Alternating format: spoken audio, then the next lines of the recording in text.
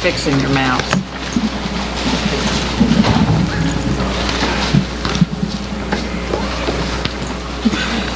It doesn't look like anybody's ready. We're ready. Listed. All right, I'm going to bang the gong. Good afternoon. I would like to call this meeting of the Oldham County Schools District Finance Corporation to order. It's January 27, 2020, and we're at the Auburn Education Center. The first item of business, Superintendent, is to approve the agenda. There are no changes tonight. All right. May I have a motion to approve the agenda? Motion made by Mr. Dodson and seconded by Mr. Woosley. All those in favor? That's 4-0. We have one set of minutes to approve, and hopefully you all have had a chance to look at those. What's your recommendation, Superintendent? Approve those minutes as suggested. All right, motion to approve the minutes, please. Patrick has to abstain because he was not here. Oh, he just made the motion. Oh. You're abstaining, Mr. Keogh. Motion made by Mr. Woosley and seconded by Mr. Dodson. All those in favor, and that's 3-0. Thank you, guys. At this time, Superintendent, I'm going to turn it over to you. Well, thank you. So we have a special guest, a friend of the board, Dwight Salazar, is here to talk to us a little bit about the School District Finance Corporation business tonight. So I'm going to turn it over to Dwight. Welcome. Thank you. How are you, Mr. Salisbury? I've got 3 handouts that I'll save myself one trip. Gotcha. I'm going to cover a couple subjects. The first one, I thought I would kind of go over the district's bonding potential. KD statutorily defines a calculation for how a district determines what is your maximum bonding potential, what is the maximum amount of bonds you could issue for capital projects. So I'm going to start with that. I'm going to ask you to hold a second. I'm not sure your mic is picking up very well. Oh, sorry. Angle it up a little bit, I guess. Thank you. Much better. Thank you. You know what? I don't know which one. So I'm going to start with Sorry. yeah, actually there are a few extras. I'm going to start with this one, which is the kind of the template that our firm uses for all of our school district clients, and that's how we kind of lay out what is determined as your bonding potential. The first page, I'm just going to kind of flip through this pretty quickly. You know, obviously if you have any questions, feel free to fire them out. But the first page is your current outstanding debt, and you can see each column represents a particular bond issue. And I will tell you that the debt service figures you see on there are purely the district's portion of the debt service. Some of these may actually also have SFCC contributions, but what you see on here is purely what you all pay in debt service. Take it across, it gives you the amount per year for each of the issues, and then of course on the far right you have the total for each year. I'm getting blind, so I got to take my glasses off to read, but 2020, your current bond payments for the year are $14,296,945. Stays pretty constant at that level to about 2027, and then it falls off a little bit after that, after some debt rolls off. And you'll see at the bottom of the page is kind of a brief description for what the original purpose of the projects was. So no matter what we do, as far as looking into the future and issuing new bonds, we've got to make sure we take care of the bonds that you've already issued. So this gives you an idea of the debt service that we have to incorporate in our projections each year. Page 2 is what we refer to as the funds available page, and that is the district's restricted funds that are used for capital projects and to pay debt service on bonds. These monies are restricted from being used for any educational purposes, salaries, things like that. They purely have to be used for, again, cash funding capital projects or to pay debt service on bonds. As you all know, you've got 4 nickels. Each nickel is approximately 5 cents of your tax rate. Capital outlay, that comes from the state, and that's $100 per student based on your average daily attendance. When we use capital outlay to calculate any district's debt service, KD tells us to take 80% of that number. We leave a little bit of a cushion in there for future. It doesn't really apply to you all, but for some of our districts, especially in eastern Kentucky, They've had some hits and assessments, so you want to have a little bit of a buffer in there for any kind of declines in future assessments or enrollments. Again, typically not going to be an issue with you all, but we kind of comply with KDE's rules. And then you all actually have what are called 3 equalizations amounts, and that's the column that says FSPK. FSPK is Facility Support Program Kentucky, and that is the money that equalizes you all in comparison to the state's assessment per child. Every district gets that first one because that ties to the original nickel. When you all put on the 2 growth nickels, you got one of the additional equalizations, and then when you put on the recallable nickel, you got another equalization. So by putting on the recallable nickel, you all essentially gained another $1,182,566 from the state. So you got, again, 4 nickels and 3 equalizations. If you add up all those revenues, that gives you that column that says total local funds. That is the district's local money that, again, is available to pay debt service on bonds and to pay cash, any kind of cash construction projects. Less current payments, that's what we talked about from the previous page. That's your current debt. That gives you the local funds available. That is the local district revenues that would be available to pay principal and interest on a new bond issue. So that's kind of our starting point. The next 2 columns are your 2 previous SFCC offers, your 2014 and your 2016. The reason those are backdated a little bit, and actually the one that we're going to discuss in a few minutes is referred to as your 2018 offer. That's because that was actually via projects that were authorized in the 2018 legislative session.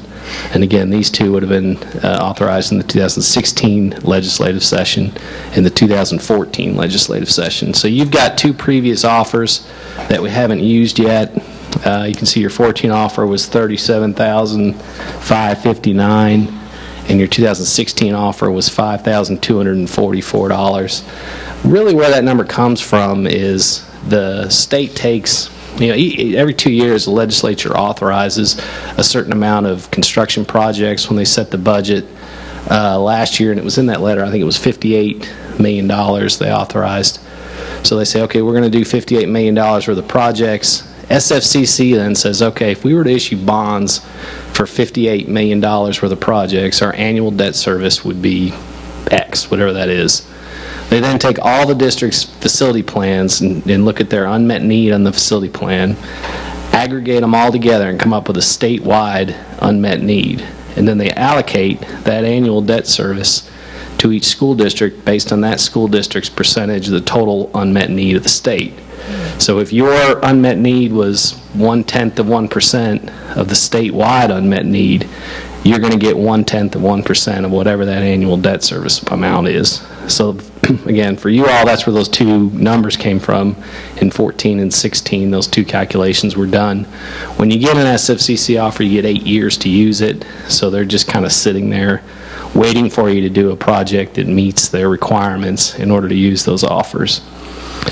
We'll add those into your local money, and that gives the far right column. That's the total amount of money that we really have to pay principal and interest on a new bonds if we wanted to.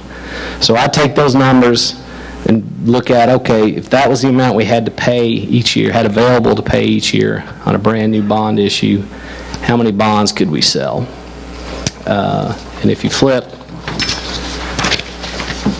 page 3 is that number. And if you look at the bottom left corner, it's $137,060,000. And so what that means for you all is that your bonding potential per KDE's guidelines is $137,060,000. If you all wanted to, and you had the projects and everything that could support it, you all could, according to KDE's guidelines, issue that amount in bonds. Historically, with Oldham County, we've always structured your bonding potential slightly different than some other districts, and you're fortunate to be able to do this. We have always, I mentioned you have 3 equalization amounts. We've always, when we talk to the district about here's your bonding potential, we've kind of held back one of those equalization amounts. And the reason we do that is that gives you all quite a bit of cash every year for cash projects, things that are maybe don't rise to the level of needing to do a bond issue, but are something that definitely needs to be done. You don't want to include that money and kind of obligate it towards future bonds. So we pull that out and say, okay, if we had all the rest of the revenue available, how many bonds could we issue? And that's the next page, which is $102,195,000. So again, the difference between those two numbers is, this $102,195,000 would still leave you all $1.1 million in cash every year from that FSPK offer that we're not using. So that would give you that roughly $1 million a year in available cash to pay for cash projects. So typically, for planning purposes, that's the number that, the district is kind of used for, this is our bonding potential. And, this is, kind of what we're going to base our future capacity on. That's kind of a real quick summary of bonding potential and how it's calculated. Are there any questions or? Thank you. The next part of this is to discuss your current, and I'm not jumping ahead in the agenda. Your SFCC offer that you just got, and I talked to Stephanie and Greg and Brent, and we got together and I mentioned to them that when you get an SFCC offer, again, they come every 2 years, and the requirement that goes along with that is, and it says in the offer letter, the district is required to escrow the balance in its building fund and its capital outlay fund from the previous odd year, June 30. So this year that would have been the balance in your building fund, your capital outlay fund on June 30 of 19 has to be escrowed. And what that means is it now becomes SFCC, if you accept that offer, it becomes SFCC restricted cash. And you have to use that towards a project which complies with all of a project that would allow you, that you'd be able to use your SFCC offer on. And you may say, well, what is that? This attachment I sent around, it's got the red on it, is a copy of your all's facility plan. And if you wanted to use your SFCC offer, again, the two you've got outstanding, the $32,000 and the $5,200, it has to be one of your top priority items on your facility plan. So for you all, the number one project that's listed on there, the renovations to South Oldham High School, down there in the bottom of the first page, that project's done, as I recall, isn't it, Brent? Underway right now, so we don't have to worry about that one. Essentially, to use that SFCC offer would be anything in that category 2. So that's anything from the bottom of the first page through the next couple pages. Anything that's a category 2 item, you'd use that offer in. Well, you also have to use that cash you escrowed towards one of those projects. You can't use the cash for any other building fund purpose unless it meets the SFCC requirements. As you all look at the second to last page, down there at the bottom, you have a number of what are referred to as discretionary items, and that's the category, it's the second to last page. That's discretionary items. Those are projects that don't have an educational, direct educational connection tied to them. So the department's guidelines are they get put in there and you have to use general fund cash to pay for them. What you are allowed to do via what's called a capital funds request, or a CFR, is you can take leftover money in your building fund and via a CFR tackle some of these items under the discretionary items and the category 5 items. You essentially are allowed to move the money from the building fund to the general fund in order to pay for this. Now, why they did it that way and just said you can pay for it straight out of the building fund, I don't know, but we comply with the rules. The problem is, if you escrow that cash in that SFCC, if you accept your offer and you move that balance from last June 30 into the SFCC restricted, you can no longer do that. That money must be used for one of the items in priority 2. So that ability to use that cash for one of these discretionary items would go away. And so it's again kind of a restriction on the ability to use your cash. And the reason that rule is in there is, SFCC basically says, well, if you're going to use the state's money towards your next project, towards your next bond issue to pay some of the debt service, we want you to contribute some of the local funds. That's the rationale behind it. But for you all, and this is really what prompted my discussion with everybody, was for you all it's a lot of money. Your balance in June 30 of 19 was pretty big, and I don't remember, Stephanie, what that number ballpark was, but it's $5 million. That's a lot of money to essentially tie up, to be forced to use towards a capital project in the Category 2. So what we talked about was, well, what happens if you reject the offer and you decide not to take it? This page that I sent around is just a real quick analysis of, if you did a bond issue and we set essentially the parameters. If your offer, the 2018, the most recent offer you got, is $15,824. If we set that as our parameter and said, if we've got that much to spend every year, if you look on here, you could issue $230,357 worth of bonds.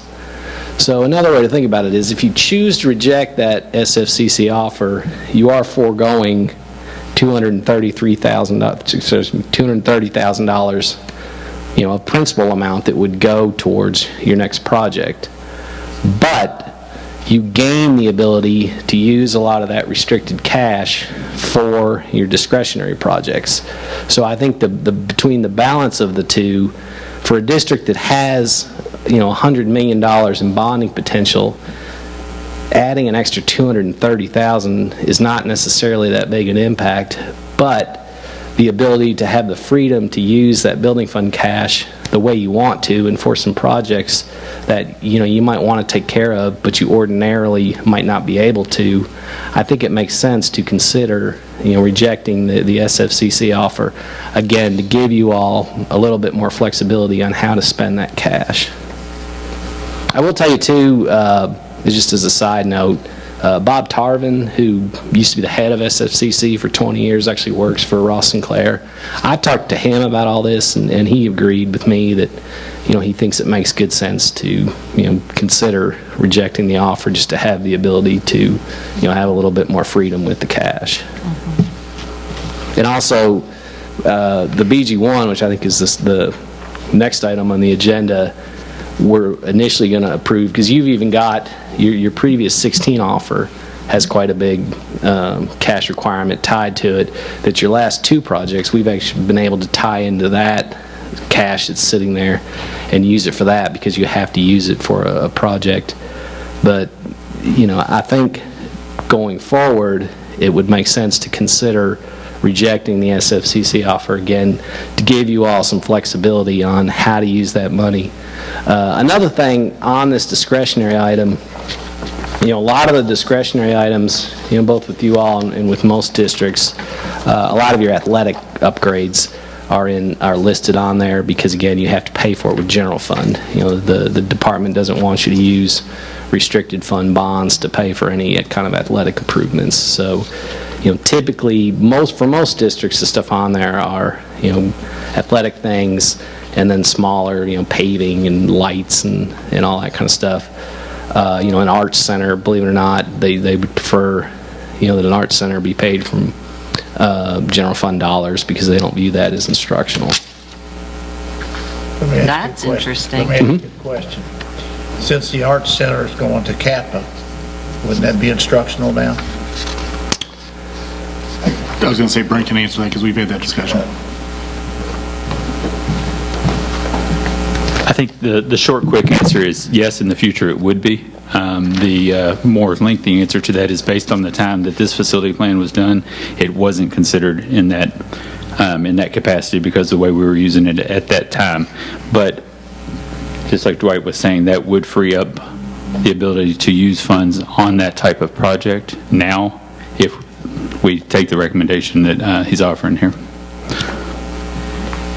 This is a lot of information in a short period of time. I think we need to spend more time with you, Mr. Salisbury. Let me ask Mr. Woosley about his question. I just want to clear it up.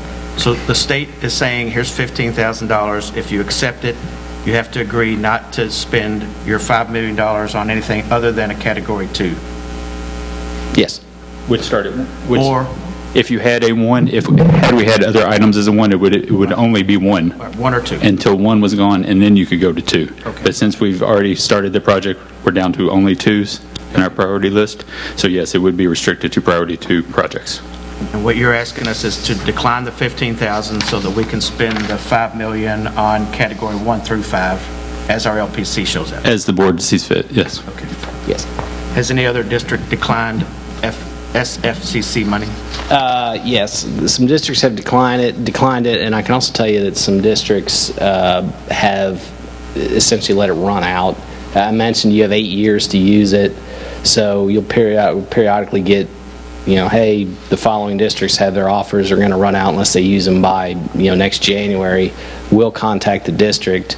Most of those are small. They may say, maybe a few thousand, and they'll say, you know what, we're not going to rush through a project that we don't really even want that bad just to get a couple $1,000s a year, so we'll just let it roll off. So yeah, there are districts that A, have rejected them, and B, I don't want to say there's a lot, but there are a handful of districts that each year will just allow their offers to expire having never been used. And the other thing is that what brought this up was that, and at the time we met, correct me if I'm wrong, Dwight, we didn't exactly know what the offer was going to be based on trend data. We felt it was going to be somewhat limited, as this one is. And if this was a much higher offer, we wouldn't be having this conversation. We'd go ahead and accept it as the board has accepted it in the past. It's just the amount of money for what it's going to do as far as tying our hands and knowing the projects that we have that are what I call below the waterline, those category 5s. This makes a lot of sense to give us some flexibility to do some things that otherwise we will not be allowed to do or have the money to do, cash-wise. Yeah, I think initially, you're right, when we met, the offers hadn't come out, and the thinking was it was going to be pretty similar to what you got last time, which was $5,200. This one was about almost, 3 times that, so it is a little bit bigger, but I still think, in the grand scheme of things, again, it's not my decision, just bringing information, but I think it's very reasonable for the board to consider rejecting it. And, again, I can tell you that Dr. Tarvin, who used to run SFCC, agreed as well. And Yeah, we appreciate you seeking that additional opinion, and I appreciate the fact that you all have met prior to this. Any other questions, Mr. Woosley? What will this do for future boards that decide they would like? So now, what'll happen, Brent mentioned, if you read on the cover, it says your next plan's due. Your next plan's due June of 2021. So you'll put together a committee, you'll do a new facility plan in June of 2021. Well, who knows what the legislature's going to do, but in theory, the legislature is going to authorize more projects, in this session, just like they did last time. So if they do the same amount, your offer may go up a little bit in the future because your plan is going to identify more need and should identify more need, so your unmet need's going to go up. So the next round of offers is not related to anything you do here. This is purely just the relates to the 2018 offer. Your next offer is just going to be based on your unmet need versus the state versus the amount of projects that were authorized. versus the unmet need of every school Yeah. in Kentucky. That's a good point, is that everybody else is periodically doing their facility plans, and so the statewide unmet need, is more than likely going to go up. When's the last time we did a refinance on any of our bond series? If you flip back to the outstanding debt, I'm glad you brought that up. It's been a while. On page 2, the bond issues that have -REF next to them, those are refinancings. The one difference between a bond issue and, say, your mortgage is a bond issue has what's called a call date, which is the first date you can pay it off. In the past, when we do a bond issue, we had a 10-year call provision. So if you sold bonds in 2016, a 20-year bond issue, The first date you could pay them off would be 2026, 10 years later.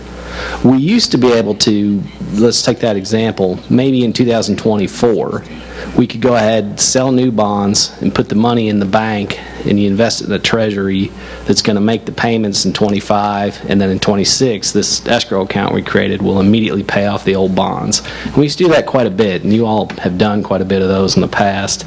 That was called an advanced refunding. When the federal tax bill got passed in January of 2018, they eliminated the ability to do that with what's called tax-exempt debt. So we can't do advanced refundings anymore. And all that means is we have to be within 90 days of that call date. So really the next issue that potentially you all could refinance is that 2011 issue. But again, now with that tax law change, we've got to be within 90 days of that call date, which would be, it was 2021, so I'm not sure exactly when the call date is, but it's at least another year. So and it's a shame because interest rates are actually really low right now. But, we got to comply with the tax law. Other questions, board members? All right, thank you, Mr. Salisbury. Sure. We have a couple of action items then here, Superintendent. Yes, ma'am. So the first one is the North Oldham Middle School HVAC and renovations, award of contract and revised BG1. Obviously, we have Mr. Bohannon here if you'd like to hear any more detail about that. So we have the report. Are there any questions? So then your recommendations, sir. Approve that award of contract and revised BG1 for North Oldham Middle School HVAC renovations, sorry. All right, thank you. So I need a motion to approve, please. Made by Mr. Woosley, seconded by Mr. Dodson. All those in favor, 4-0. Thank you all. We have one more action item, Superintendent. Yes, the action item, as Dwight just explained, is to decline the offer of assistance from the School Facilities Construction Commission for 2018. Are there any further questions? All right, so your recommendation is going to be? For us to decline the offer of assistance from School Facilities Construction Commission, and in all things finance, always go back and review that in 2 years when they offer it again. All right, motion to approve, please. Made by Mr. Dodson, seconded by Mr. Kehoe. All those in favor? And that's 4-0. Thank you, everybody. I'm going to request that we, at some time in the not-too-distant future, we meet again with Mr. Salisbury. Get a little Dwight time. I like We'll it. dig into this a little bit more, Dwight, okay?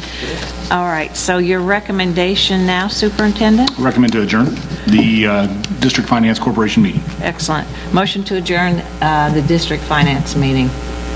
Made by Mr. Woosley, seconded by Mr. Kehoe. All those in favor, and that's 4-0. Thank you, everybody.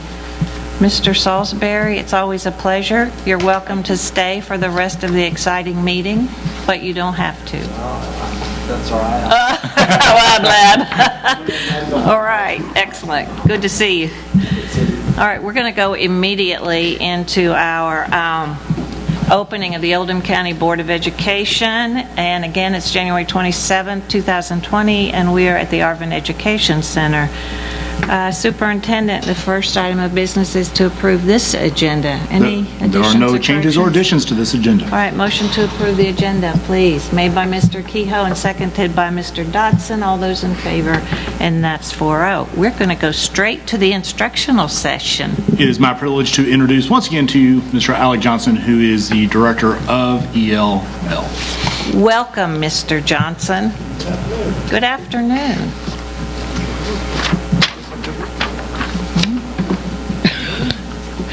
Those go-go gadget arms going.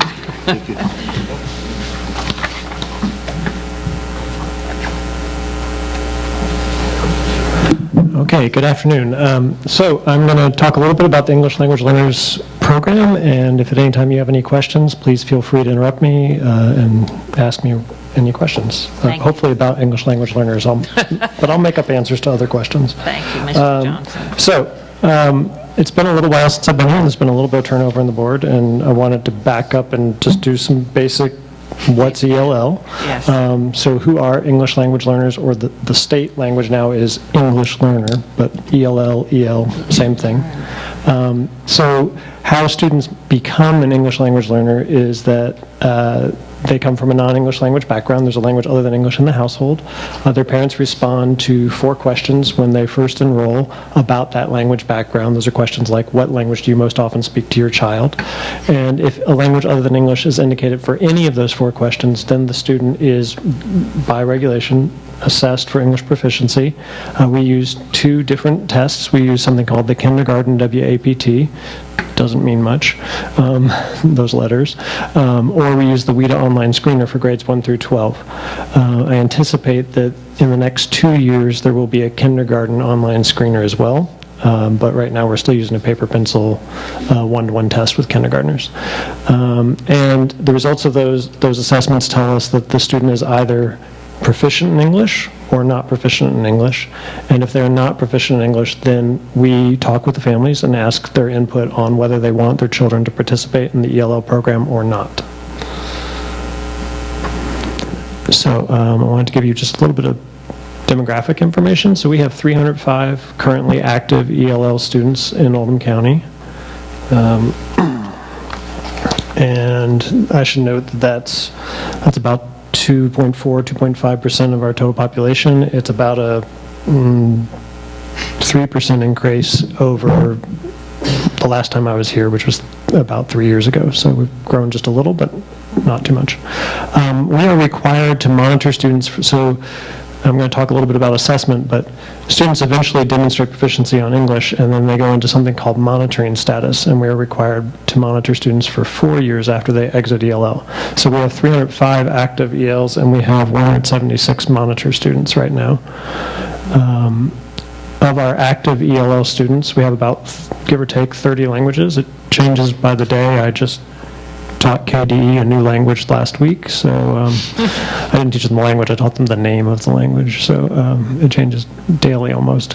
And then of students, all students, not just active ELs, we have, give or take, 47 languages in Oldham County schools. So don't let anyone tell you that Oldham County is not a cosmopolitan place. It is. So the next slide, just a different representation of that. This is for active EL students. So you'll see that about 80% of our active ELs are Spanish speakers. The numbers drop off very precipitously, but the next highest spoken language is Chinese, and after that, Vietnamese.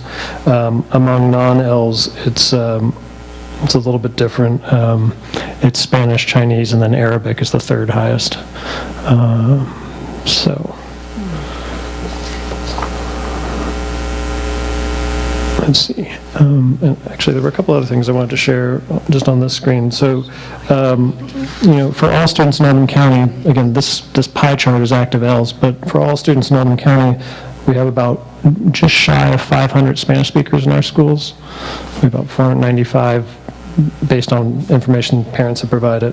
We have about 63 Chinese speakers and just shy of 30 Arabic speakers, so it gives you an idea what those numbers are. Okay, so how do we support English learners? How does our program support English learners? We do several things in Oldham County. The first is that we have something called ELL cluster schools, and I'll talk a little bit more about that in the next slide. The second is that we have a newcomer center for students in grades 6 through 12 who are in their first 1 to 2 years of enrollment in a U.S. school and are at the beginning levels of English proficiency. We also provide after-school tutoring in a couple of locations. We provide translating and interpreting. That's mostly through the sometimes incredible work of the bilingual instructional aides that work in the district for way too little compensation. So put a plug in there for them. That they do a great job of translating. Translating is documents, so written expression, and interpreting, which is oral expression. They sit in on meetings of all stripes, instructional, ARC meetings. When we have some emergency issues that arise sometimes in schools, they're involved in all of that. And then we are also providing professional learning. We're specifically providing professional learning to our new cluster teachers. So we have a new cluster at Centerfield this year, so all of those teachers were new to working in the cluster classrooms. And then we also are doing some work with groups at Oldham County High and South Oldham Middle School. those three groups are doing a lot of learning around the book that you see pictured, the work that comes from Diane Stair-Fenner and Sydney Snyder. So in that work, there are 5 guiding principles, but I'm highlighting the 4 that really touch on instruction. So ELs bring many strengths to the classroom, and I think too often we view English learners from a deficit model, and we don't talk about what they can do and what they can bring to the classroom. The second is that ELs learn best when they are taught in a welcoming and supportive environment, and that's probably true for all of us. ELs should be taught language and content simultaneously. Sometimes we operate under the misapprehension that, oh, we have to teach them English first, and then they'll be able to get the content. Well, if we do that, they're, 1, never going to catch up content-wise, and 2, you have to be learning language about something. So we might as well attach the language to the content. And then English learners benefit when their teachers collaborate to share their expertise. So EL staff, it works very closely with the general population instructional staff to provide appropriate instruction for English learners. Okay, so another important note, because sometimes people say, well, how is it possible that you speak those 30 some odd languages? I don't. I do speak Spanish, and I do speak French, but and my staff is almost all bilingual, but not entirely. But the EL instruction occurs in English. So that's important to know. We're trying to help them learn English to close gaps in academic language in English so they can participate in our schools fully.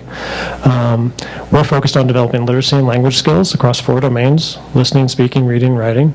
And we provide native language support because, again, we don't want to wait for them to learn content. So we provide oral native language support in Spanish. It's the only language that we have that support in our cluster schools, in all of our middle schools, all of our high schools, and at the Newcomer Center.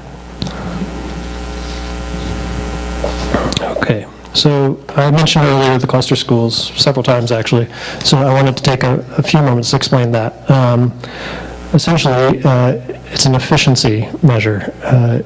It works best from a staffing standpoint if we can cluster students into a smaller number of schools. So, for example, there you see Crestwood as a cluster school, and the non-cluster feeder schools are Kenwood or Camden Station. What that means is, in that earlier identification process, when a student is identified as an English learner or comes to us from another district and we know they're an English learner, then we have a conversation with the family about, we offer these services through our ELL program. Do you want to accept those services? You live in the resides area of Kenwood Station, and if they say, well, yes, I really do think my child needs these supports and these services, then that student attends school at Crestwood. They become a fully integrated member of the Crestwood population. Mr. Johnson, Yes. do we provide transportation for We those? do. That's what I Yeah. thought. I wanted So, to clarify. We do provide transportation. Most of it is direct. In some cases, we do end up changing buses. There is a bus in the morning that goes to Camden Station with a handful of students who then change There you buses go. and go on to Crestwood. Excellent. In the afternoon, they go straight home, actually. Another example of that would be at the Newcomer Center. We have students who live in South Oldham middle or high resides, but attend the Newcomer Center in the morning, and then they stay on the OC campus, either at the middle school or the high school in the afternoon. And they get transportation that, in that case, they change buses at the South Campus. Our EL staffing in the district is that we currently have 10 certified ELL teachers and 10 bilingual instructional assistants. So we're, covering all those clusters that you saw previously with 10 each, certified and classified. I want to take a moment while we're talking about that to thank the board. You have consistently shown, and Mr. Schultz too, have consistently shown great support for the English Language Learner Program. We're fortunate to have this staffing level. I think it is wise expenditure, and I can talk more about, or answer questions more about how much that is, but to give an example, the state only provides just shy of $40,000 a year toward Title III, which is the pot of money that's used for English language learners. And obviously, we cannot afford 10 certified teachers on that. So, thank you. Absolutely. Okay. It's January, which means it's Access for ELS season. And Access for ELS is the annual assessment of English language proficiency that we are required to do. It's the test that Kentucky chooses to use to measure how students are doing on the English language development standards in Kentucky. So as I said before, we assess on listening, speaking, reading, and writing. For most students, grades 1 through 12, it's an online test. The kindergarten test is still a one-to-one test, much like the kindergarten WAPT. And we're in the middle of the window right now, January 2nd to February 7. And I thought it might be interesting to you to see a couple of sample items. I don't know how often you get to actually see the test students take. I don't So, believe we've ever seen it, so thank you. If you'll bear with me, I'm going to the computer. As long as we don't have to take it. You will be scored. Okay. Can you talk while you I can talk and while walk. you operate technology, I think Mr. so. Johnson? Let's see. So It's not in a strapped to my tie. cluster classroom, we might have students who speak several different languages. Yes, definitely. And so I'm just trying to figure out how those students who really have no English language skills, how we respond to their questions when they're in a language that none of our teachers have expertise in. How do we answer questions very good question. in those very unusual languages? So a lot of that work, the Stairfender and the Snyder work, is around how to appropriately scaffold for working with English learners. And so we're working with teachers to improve their toolbox on how to do that. Some of those scaffolds are, no, I don't want to remember that, are things like using visuals, things like using sentence frames or paragraph frames for literacy development, working specifically with key vocabulary, the academic vocabulary, and often working on the words that you need to hold just the discussion together. So it depends on where that student is on the proficiency levels in English. At grades 6 through 12, we do have the Newcomer Center to help speed up that process of learning English. So it's a more intensive program in the morning, and then they return to Oldham County Middle or Oldham County High in the afternoon. Excellent. So let me. So at the Newcomer Center, we would have people who can translate. Yes. Yeah, they're bilinguals. I should mention, too, there are often gaps in students' background.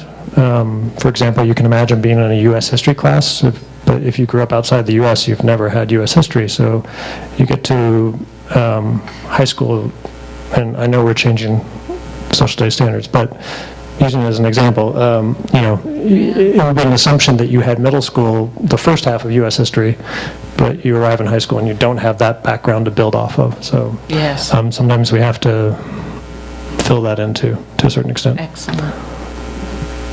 Inventor Mary Anderson. The teacher is telling her class about the life of an inventor named Mary Anderson.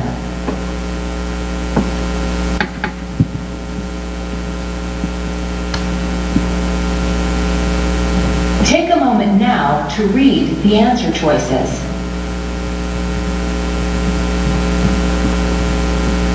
Now listen. Any good biography of Mary Anderson will include the story I'm going to tell you now. Mary Anderson lived most of her life in Alabama, but she got the idea for her invention one winter day on a visit to New York in the early 1900s. While riding a trolley in New York City, Mary Anderson observed how the driver had to remove sleet and snow by stopping the trolley, getting out, and clearing the windshield by hand. Immediately upon seeing this difficulty, Mary began to draw a design for a tool similar to the modern windshield wiper. The device was designed to allow the driver to sweep rain, sleet, and snow from the windshield using a lever inside the car. What is the story you just heard mostly about? I can't Members read of the those board? responses, Alex. I'm the closest with the worst eyes, but I will read this. I'm going to say C. Read all the responses the and first let one me is decide, The way Superintendent. Mary Anderson traveled is A, or first circle. Second is the different places Mary Anderson lived. And third, the reason Mary Anderson made her invention. We say the third. Okay.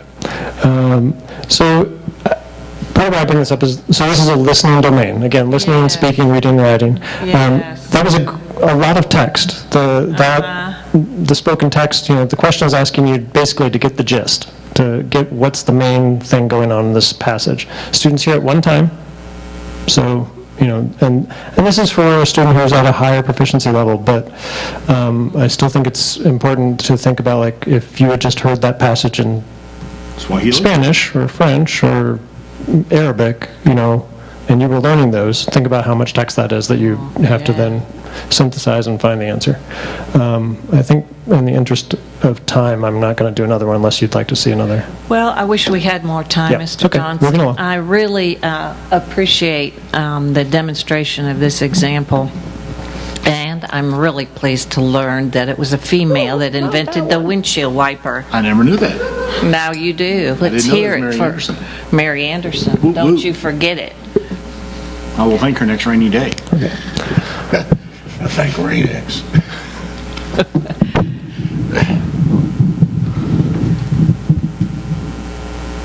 Stay. Oh, thanks. Oh. There you go. We can work that way.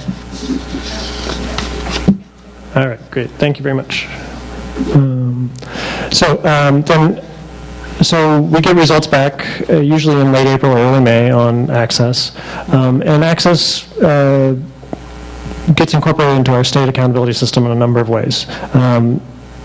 Dr. Foster, when he was here, and Ms. McKinney, Leslie McKinney, have done a much better job of talking about the accountability model than I will ever be able to do. However, I wanted to call your attention to a couple of things. That language proficiency is part of, growth and language proficiency is part of the overall growth indicator. I won't get too much into the math unless you want to see it. And then also transition readiness includes an expectation that ELs attain a 4.5, which you can see at the top of the slide is the exit criteria in Kentucky. So we think that we're told that any student in Kentucky who is in high school and is an L must, by the middle of 12th grade when they take this test, reach the 4.5. Can I ask a question? Yes, please. What if the EL comes in a sophomore year? They still got to make that 4.5? Yeah, I'm glad you asked that because that's exactly the point I'm trying to make. Yes, that's the expectation. That's So unreasonable. I think skipping ahead a little bit, this is the growth chart, so I won't spend a lot of time. The expectation there is that we move along at about a half a level per year at minimum. But I'll come back to that in just a moment. So to your question, this is the transition ready requirement, and you'll see in the top right, there's an English language readiness only required for English learners category. So all students need to do one or the other of those two on the left. Only English learners have to do the one on the right. And then if they were an English learner at any time in high school, so they might have arrived as a fifth grader, and they were still an English learner when they reached 9th grade, but by the time they reached 10th grade, they've exited. Great, you get a check mark for that. If they entered as a 10th grader and they were at a lower level of English, the likelihood that they're going to exit by January of 12th grade isn't very high. Most research indicates that even for students at earlier grades, it takes between 5 to 7 years for a student coming in at a very beginning proficiency level to exit. So it's unlikely that they'll hit that 4 or 5. So then we get a ding. So the implication there is that there's the possibility of losing a star in the star rating system. One of our high schools was victim to that in the past year. Yes. So I put it out there not to call attention to their deficit, but more that I think the model is skewed. If I editorialize a little bit, I think this played well at some level politically, but I don't think it's serving students very well. And I would encourage the board to consider, to your point, Mr. Dodson, if you have the opportunity to talk with your legislators about... Oh, we have the perfect opportunity, Yes. Mr. Johnson, on the day that we go to Frankfurt. So note to selves. February 27th. 27th. Yeah. Okay, so you might take this chart and circle that thing there at the top right and say, what about this? Thank you. I can back up and talk about growth if you like, or I can be done. You're my kind of speaker. Let me at least give the board time to ask questions. Yeah, please. So we'll move on to Sorry, questions. Mr. Johnson. No, that's okay. Oh, I'll leave you with that thought, and if you have any questions. Does the KDE specify these ratings, or does it come from Frankfurt totally? The transition awareness or this growth chart? The 4.5? Yep, the 4.5 actually was adjusted up until 2016. It was actually a 5.0, but the test was reworked. The test got harder, and so the state, in response to a number of districts, including ours, having greatly diminished results, lowered the exit criteria to 4.5. And there was input from a number of districts, EL professionals. I was part of that too. And there was input from experts at WIDA who publishes the test. I could opine a little more. This chart is very, I think they used really simple math to come up with this chart and didn't really think about the fact that kids on the higher end take longer to make progress than the kids on the lower end. we're asking so much more. Mr. Woosley, did you have another question? On your pie chart, Yes, that sir. you had your fourth one, you spouted off some numbers of students. Spanish students, how many Spanish students do we have in Oldham County? Just under 500 Spanish speakers of currently enrolled students. So that's that's indicated as their first language. Doesn't mean that it doesn't necessarily mean they're Spanish dominant. It means that they indicated that there was Spanish in the home when they first entered school. Okay, that's where I was confused, because the one just before that had that number as 305 total. So 305 active EL students, about 176, 178 former in those first 4 years exited. So we're always moving students in and out of the program. And then this chart is based on that 305, this pie chart. But then I also shared that for all students from non-English language backgrounds, that there's about 500 Spanish speakers. Somewhere I have the number on.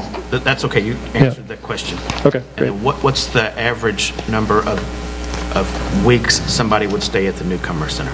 Weeks. Typical is, what we hope for is about a year. We have some students who stay for 2, depending on their progress and where they were. The Kentucky English Language Development Standards are in 6 levels. So the very lowest level is entering, and the next one is beginning. So students in the entering and beginning levels in their first or possibly first 2 years of U.S. enrollment. Other questions, board members? Mr. Johnson, Yes, ma'am. these 3 fingers are for three points I want to make. Would you please share that PowerPoint with us Yes, ma'am. on our devices? Sure, Darren. Number 2, let's don't wait for 3 years to have Mr. Johnson back again. And number 3, we need to spend some time in the Newcomer Center. You're welcome any day. All right. Okay. I'm sorry that we have run out of time, but we greatly appreciate this presentation, and we greatly appreciate everything you do for this group of students, Mr. Johnson. You're welcome. Thank you. Question. Yes, Mr. I got Dodson. one more question. What's sir. the rough cost for your whole program with your instructors and everything in a year? And you're welcome to get back to us, Get back Alec. to- I can ballpark, and then I can That's get all back to I'm you. looking for. Ballpark, 700,000. And the state only gives us 40. Just shy of 40. Another thing we With a need. lot of red tape with that 40. So that doesn't have monetary value, but it's a gift that keeps I giving. gotcha. But we need to talk to them about that too. Thank you. Anything you want to add, Superintendent? Well, while you're adding that, you could say the same thing about GT education, because anytime there's a special population, there's a limited funding stream to go along with that, and this board has been excellent as far as making up the differences and allowing us to do innovative and new things. We thank you so Thank you much, very much. Mr. Johnson. Great job. Thank you, sir. And we're going to move along with our agenda, board members, and I believe we're ready for the treasurer's report. I'm going to decline mine. We'll do a food service update. We'll catch you up later on that. Oh, Mr. That was the one thing I Dees. could relate to. Oh, gosh. I think everybody in here could. Mr. Dees, I'm sorry. You want to, we put you back on, We'll get them back and on. you'll be all prepared. You'll be able to go up to Loudon Square to How do much some time do comparative you data. need? We have 10 minutes. Oh, yes, we have 10 minutes. For you, we have 10 minutes, and then we'll eat. All right, you guys asked us to come back and just give a quick update on how LaGrange is going with the CEP program that started. So we're going to move through the first couple slides for time, and those are basically just to talk about how you become a student within the CEP, how it's calculated, and the different levels. There's really 3 levels of students that fall into this program. One is totally free, the second is reduced, and the third is just on par for payment with all kinds of fees and so forth. So with that, the CEP at LaGrange does several things for us. The overall purpose is just to truly get them nutritious food, but to do it school-wide so that money and there's no stigma to who is and who isn't eating nutritious lunches. The hard part is you have to be at 40% school-wide to get that distinction in the state. And it's Oldham County is fortunate enough that we don't have many schools in that ballpark, and LaGrange has always been on the cusp. And with Carlina and her staff at central office and the food managers and LaGrange have worked really hard, they finally got to 42%. And that 42% allowed them to move into this CEP range for a matter of 3 to 4 years guaranteed, and then it has to be reevaluated. Our next closest school we'd like to get CEP certified would be the preschool. It's at about 37%. And you can sometimes clump 2 schools together and make that work. But if we clump right now, we would be at 39%. We wouldn't quite be at the 40. So we're trying to always find every little piece of information that helps us get to that point. Excellent. With that, at LaGrange, all students are receiving meals at no charge. We have an increase in participation we're going to show you. It does reduce the amount of paperwork for families in filling out at registration, and there is no verification to go along with that now. And it just streamlines some other services and time in and out. So if you look at the numbers here, you see LaGrange from 2018 to 2019, from August to December. They actually went up on population, almost a little over 100 students with redistricting.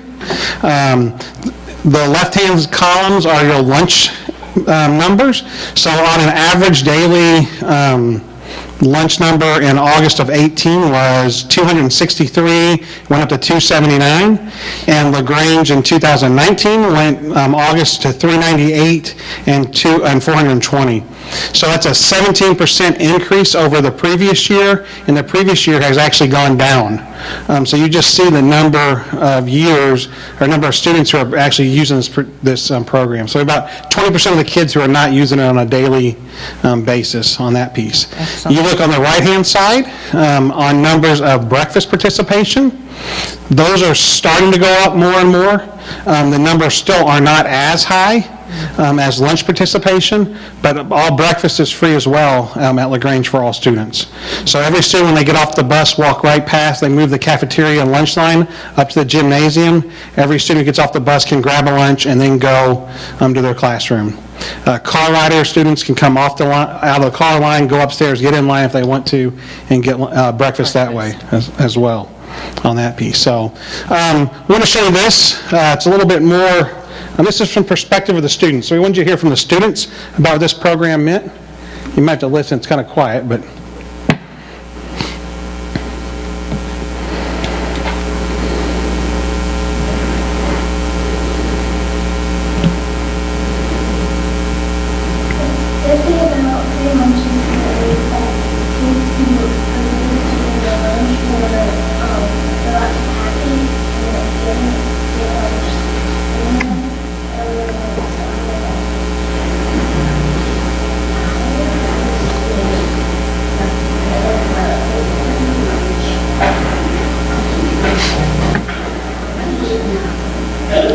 healthy and yummy.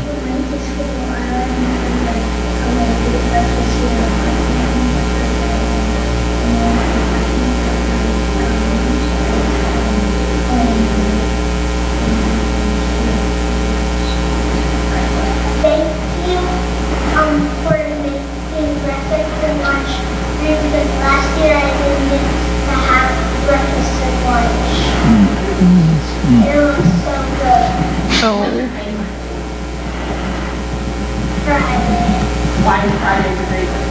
Because I like them a lot. What do you have for breakfast on Friday? Donuts, your breakfast, and lunch is pizza.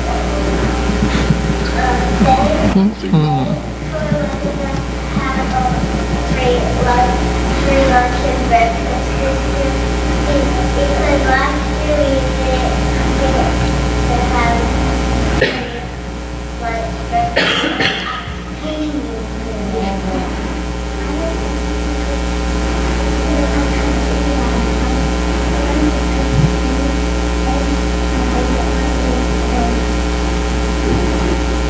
It's Mr. Woosley's favorite breakfast, too, by the way. So that was put on by the Awesome. students and staff.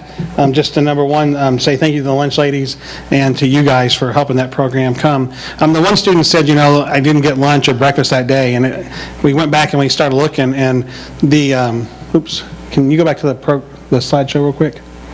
We asked the cafeteria staff what it meant to them as well, and if you look at, I think it's the third one down, this wasn't always the case. Before we came to CP school, there were countless students who dreaded lunchtime and cried every day. They were upset, embarrassed, or humiliated every day when they didn't have lunch money. Several students didn't even come to get lunch. They would just go to their table, put their head down, sit quietly until lunch period was over. These are our babies, and all under the age of 10, way too young to have that kind of stress and dread in their lives.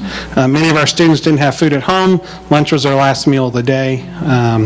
We were all gladly will work 20 hours a day inside 7 days a week just to see their smiling faces. And that is, so it has truly been a game changer for LaGrange. And, you know, our hope is that we can keep this program going, that our numbers are doing that, and if not, we can find other ways. It's, when you get into the other parts of the program, it's not that kids can't get the free meal. It's sometimes the stigma and different things that go along with it. As much as you want to try to change that and so forth, it's just out there. So there are multiple groups. You know, if the other schools that don't have it, there's no reason for a kid not to have a meal other than communication, advertising, and going and doing that. All three of our meals provided are reimbursed by the federal government. One is reimbursed fully. One is reimbursed partially, and even any student who pays, they might pay the $2.75 or $3 for a lunch, but the lunch still costs $5. So you still get a $2 reimbursement for that meal. So that there are definitely reimbursements coming along the way. I know the question's been asked before, how can we make this program in all schools? And that's just the cost of providing the food, which all is subsidized at some portion of that. So real quick, what is a reimbursable meal? It's pretty simple. But if you don't get all the parts of the plate, you don't get it actually reimbursed. So for breakfast, you have to get 3 of the 5. You have to get a half a cup of fruit or vegetables and at least 2 other food items. And that's a grain, fruit, vegetable, milk, or meat alternative.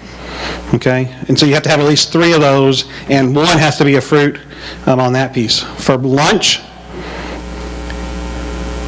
you have to have 3, a half a cup of fruit or vegetables, and at least 2 others, and you can see the portions from that part of it. So if you forget to get your fruit, it's not a free meal, you have to pay, and we don't get reimbursed for it. So that's why you have to take certain things. We are a school of choice, a district of choice versus serve, so kids can take whatever they want, and they can take more than that, but they at least have to take that piece of it on that part.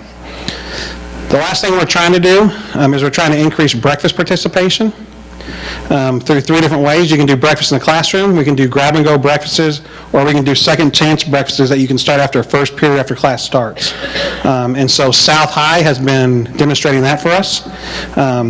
and you can kind of see their numbers are slowly starting to go up on that piece. So their breakfast have gone up 1 point, really almost 4% in December, November, and that's about when we started. That second chance breakfast. Lunch or breakfast is a hard one at the high school. I mean, they don't get to school till 8:45, between 8 and 8:45, and then they turn around. I'm on that piece of it. So that is what we have. So breakfast is built into the day, Mr. Well, it's not built into it. You have the option to. So we're trying to encourage some schools, if you want to have breakfast in the classroom, if you want to just have it out in the lobby and kids can come get it and ring them up pretty quick. It's for the kids who either get up really early and have breakfast or don't have breakfast at all and then can't make it to the cafeteria before the cafeteria closes for breakfast, that you have other times to come in and get something that falls into that area. Just means it's available. Second chance, multiple different ways.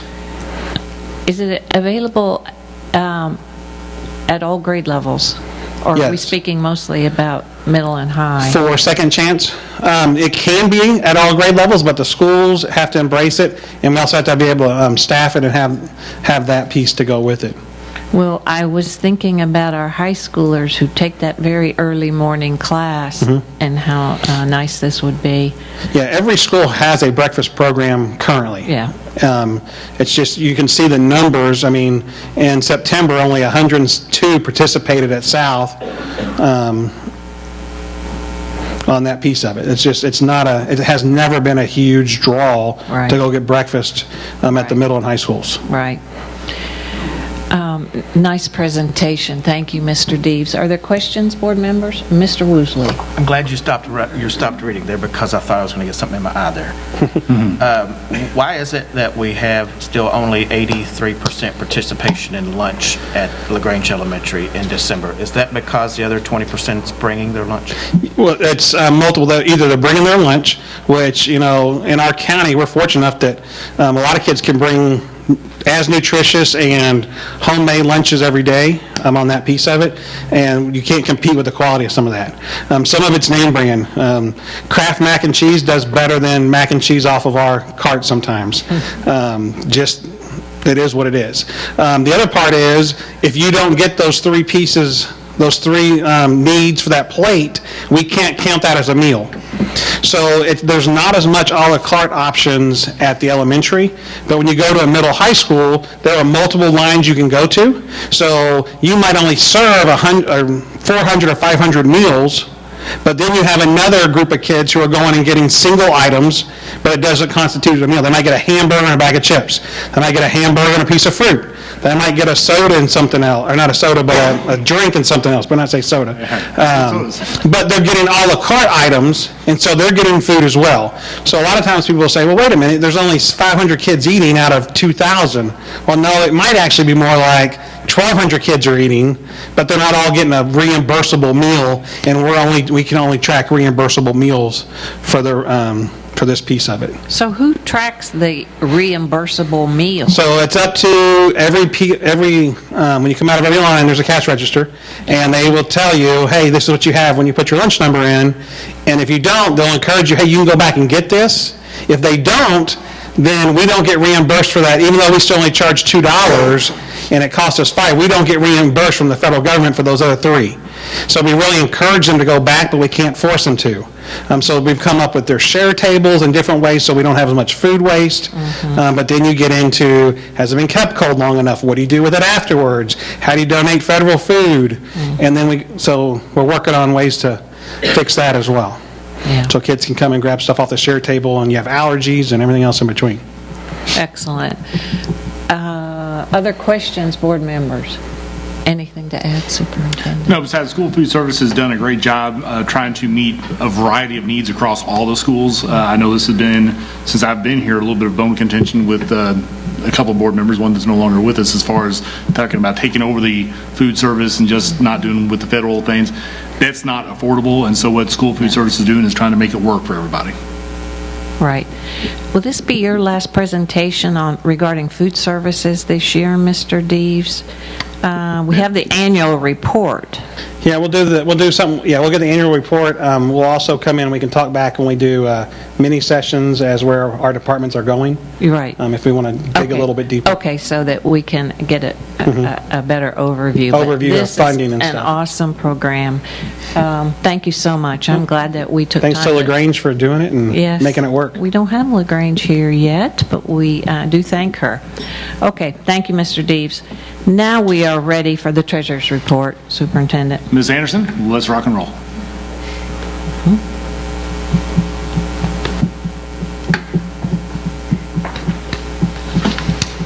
Hello. Afternoon. Hi. How fast do you need me to go? I don't want to rush you, but it is 5:26. I know. I know. All right. Well, I'll try to pick out the highlights since it's relatively the same every month. Thank you. All right. So we have is this in the right place? We have the treasurer's report for the month of December, if you'll start on page 17. At the beginning section, we have the cash balances. The beginning balance was $79 million, and we're down to $72.6 million. You can see the primary area of disbursements is in the governmental fund. We had a big payroll in December. We were paying out for the National Board Certified Teachers. We're paying for fall sports. And, of course, we had the fringe benefit payout at that time as well. In the next section, you can see the bonded construction funds. We are still seeing some disbursements for Camden Elementary. On the following page, you can see the cash balances for each of our funds. If you look kind of in the middle of the page, there's the building fund, $320, and that's got a balance of $19,692,000, and this is primarily what Dwight was talking about today. We're trying to find some ways that we can use that money, and this latest construction project that Brent is starting will be a good way to start that. On the following page, we have the historical comparison of the past 4 years. I have added a new line at Walt's request. It's too bad he's not here to see it.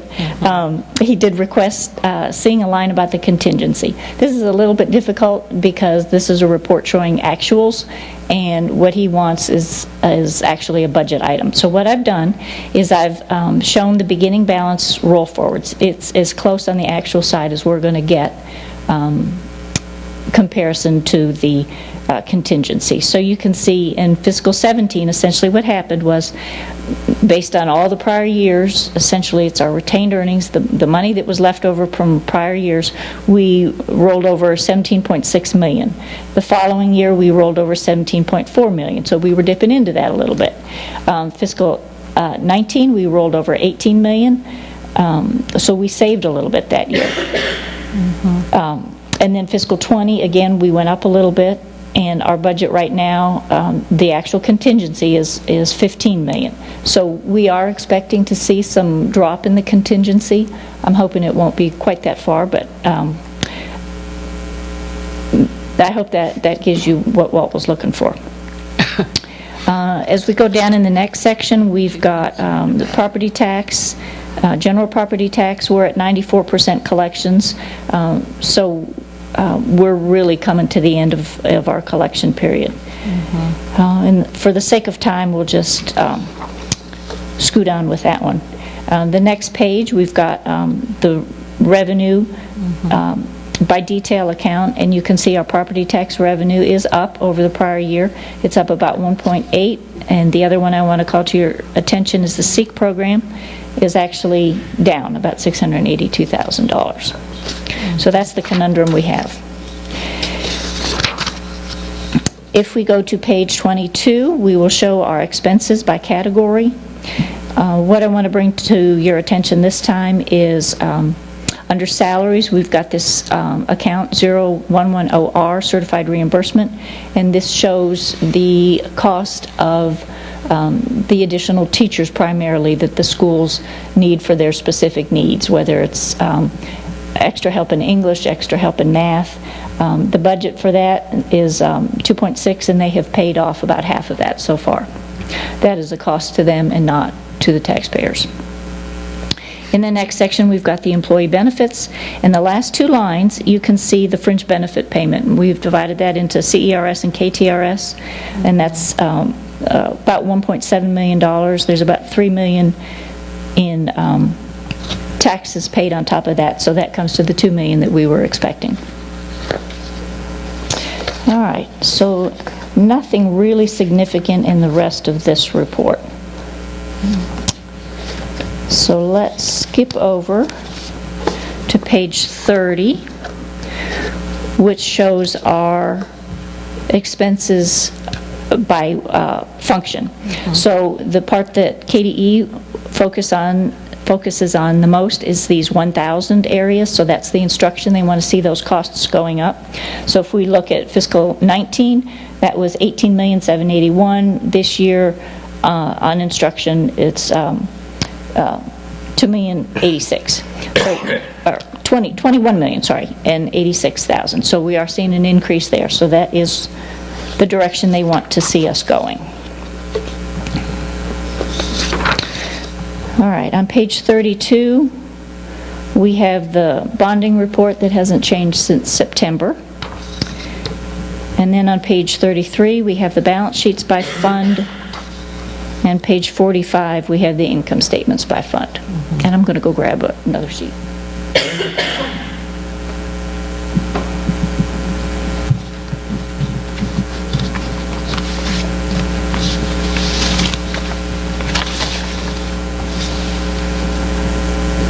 Sorry. That concludes this portion of the treasurer's report. Okay, thank you, Ms. Anderson. Mr. Woosley. On your bonding sheet, you've got 132 million. Dwight gave us one this evening, says 137 million. It may need to be updated. He ran that special for us today. I can go ahead and update that for the next report. It's 137,060,000. Yeah, Dwight popped it on this about 11 o'clock this afternoon. Yeah. Okay. Other questions, board members? All right, we need to approve the treasurer's report. Motion to approve made by Mr. Woosley and seconded by Mr. Kehoe. All those in favor? That's 4-0. Ms. Anderson, would you take us through bills and claims, please? Yes, on page 97 are the bills and claims since the last time we met. We've got almost 2,000 invoices that were processed in this time period. You've been busy. Yeah, we have. So again, we have a large amount in the general operating dollar amount, again, because of payroll. We had a number of things. And the nice thing is we continued to see some payment of construction invoices as the weather was nice in December and all work did not cease. And following that page, you'll have all the invoices that we paid. Right. Did you have anything that you needed to call our attention to? No, not this time. Thank you. Questions, board members?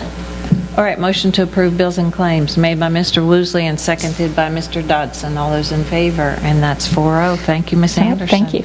Board members, we have a few sets of minutes to approve. Let's begin with the December 16th regular board meeting. Corrections or additions? Motion to approve, please. Made by Mr. Woosley, seconded by Mr. Dodson. All those in favor, and that's 4-0. We had a special called meeting on December 17th, 2019. Corrections or additions? Motion to approve. Made by Mr. Dodson and seconded by Mr. Kehoe. All those in favor, and that's 4-0. We also had a special called meeting on December 19th, 2019. Corrections or additions? Motion to approve, made by Mr. Woosley and seconded by Mr. Kehoe. All those in favor, and that's 4-0. We had yet another special called board meeting on January 21st, 2020. Corrections or additions?